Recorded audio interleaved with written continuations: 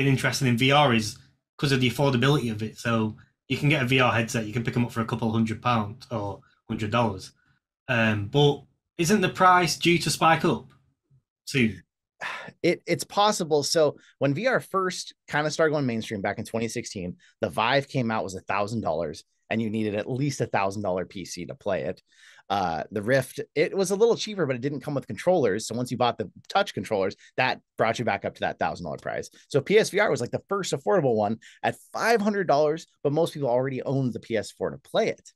Then Oculus, now Meta, when they really wanted to push VR to the mainstream, they dropped the first Oculus Quest, and they said, okay, we're going to subsidize these things. They've never announced how much money they were losing for each one, but at the price point of like $400, it was likely even just the processor in it. They were losing at least a few $100s per unit, plus all the costs to design, to market. Like I think they reported this year they've lost $9.2 billion so far investing in the metaverse, like tons of money. And so now, as Meta's not making as much money as they were, their stocks are down and stuff. Yes, they were the big ones that were really subsidizing the VR industry. Prices may start to go up higher and try to actually compensate for the fact that they were losing so much money. They're not in a position where they can lose as much money anymore. So with is it Apple's are looking to come out at a much larger price than Meta's? So they're well, Apple are doing what Apple do best, right? They're coming out with the best sleek device they can, and they've already got the audience for it. So it's just about switching their audience from Meta to their own VR. What's their VR going to be called, Apple's? They haven't announced the name. They recently just changed the name of the operating system to it to XROS, kind of playing on the whole as the industry is kind of moving towards this XR term, which XR is basically an umbrella term. That means VR, that means AR, that means mixed reality. It includes all of it because these headsets are starting to get to the point where they can do all of this. It's no longer just VR or AR. Apple, like you said, they're going to do what they do best, and that's taking technology, whether it's new or even slightly old, they market the crap out of it, make it really user friendly, and anyone who owns an Apple device feels they have to have it. So they're everything's saying their headset is probably between $2,000 and $3,000. Oh, flipping hell! Yeah. Apple can do that because they make it no longer a want. Do you know, like when you said back in the day you saw it and you wanted to get to know it more? Apple then take that feeling that you've got against millions of people and then say, you don't want this, you need this. And Yeah, especially to Apple's like big fan base. They any new product Apple bring out, they need it. Yep. Yep. They have to have it. It's even a bit of a status symbol. I'm guessing that's the same around the world, but here in Mm. America, it's almost like if you don't use an Apple phone, people kind of look down on you. It's like, ew, what crappy phone are you using? yeah, And as someone who doesn't use Apple products, I know how I get that from people all the time. Like I pull out my phone and they're like, you have a phone that's not an iPhone? Like, how is that even possible? Yeah. They know what they're doing when it comes to marketing. it's the pinnacle of marketing for technology. Yeah, you get Mhm. it as well when you send someone a text and then they're like, Yep. you, what is this green box popping Yeah. up? Yeah, it's a second class experience they've created, and they know they've done it. They know they could change it, but why would they want to? It Yeah, forces more people to buy their products, and as a company, ultimately, that's all they want. yeah, they've hit the nail on the head with the with status and providing Hmm. status for everyone. Definitely. It'll be good to So, see what they come out with. do you think Apple will overtake Meta in this space? I think that they won't. I don't think so, but I think that they will do what they usually do.